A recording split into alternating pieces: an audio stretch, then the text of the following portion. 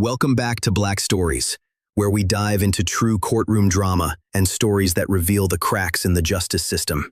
If you think a single person can't stand against the system, you're about to witness a case that proves otherwise. Now, let's step inside the Los Angeles County Courthouse. The air inside the courthouse felt heavy, almost suffocating. Every seat in the gallery was filled, spectators whispering, waiting. At the defendant's table stood 19-year-old Jalen Dawson, accused of grand theft auto and resisting arrest. His chin lifted, calm but unshaken. Judge Walter Grayson peered over his glasses with a smirk.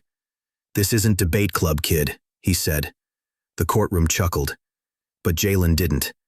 He'd spent years preparing for this, not as a defendant, but as a student of the law. While his friends memorized video game combos, Jalen memorized case law. His mother, a paralegal, had raised him inside the world of trials, prosecutors, and judges. And now, that world was staring him down. Prosecutor Mitchell Carrington rose, confident and rehearsed. "The state will prove beyond a shadow of a doubt that the defendant was caught red-handed in a stolen 2022 Audi A6. His fingerprints on the wheel, his flight from officers, clear evidence." The jury nodded. The spectators whispered. To them, it sounded like a slam dunk. But Jalen noticed something everyone else missed. The first crack in the story. When it was time for the defense, Jalen's public defender hesitated, nervous. That's when Jalen placed a steady hand on her arm. "Your Honor," he said, his voice calm, steady. "I'll be representing myself." Gasps filled the room. Carrington smirked. This should be interesting.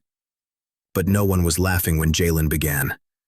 "The prosecution says Officer Ruiz saw me behind the wheel. But Ruiz wasn't even on duty at the time. I request his GPS logs." The jury stirred. Carrington froze, hesitated. That pause? The jury noticed. The judge noticed. And Jalen knew he had him. Carrington fought back. "The defendant's fingerprints were found on the wheel." Jalen nodded. "True. But does touching something make you a criminal?" He painted the picture.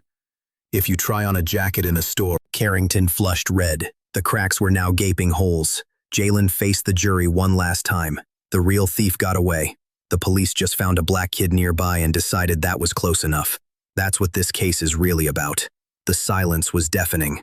Finally, Judge Grayson spoke. "Case dismissed." The room erupted. Shock, relief, disbelief. But Jalen stood still, calm in the storm. And as he left, Grayson called after him. "Mr. Dawson, you should consider law school." Jalen smirked. He didn't need to consider it. He was already on his way. Outside, reporters swarmed him. His mother hugged him tight, whispering, "You scared me half to death." But across the street, Judge Grayson watched, no longer smug, instead, reflective. Because Jalen hadn't just won, he'd forced the system to look at itself. And here's the question. How many people have been convicted not by evidence, but by shortcuts, bias, and assumptions? Jalen had the knowledge to fight back, but what about those who don't?